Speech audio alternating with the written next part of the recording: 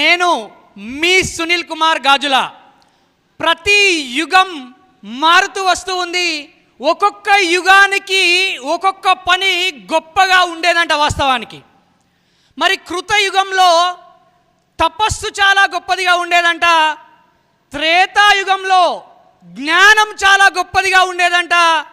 ద్వాపార యుగంలో అంటే యుగానికి యుగానికి వస్తున్న సందర్భంలో మార్పులు ఎలా జరుగుతున్నాయో మీరు అబ్జర్వ్ చేసే ప్రయత్నం చేయండి.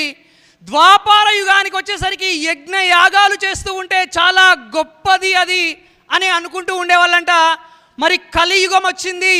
ఇటువంటి కలియుగంలో గొప్పది ఏదైనా ఉంది అని అంటే అది దానం అంట. ఆ దానంలో చాలా ముఖ్యమైనది ఏంటి ఈ రోజులలో ప్రస్తుత సమాజానికి ఉపయోగపడేది అని అంటే నైపుణ్య దానము. అటువంటి నైపుణ్య దానాన్ని 27 సంవత్సరాలుగా ఇస్తున్న ఇంపాక్ట్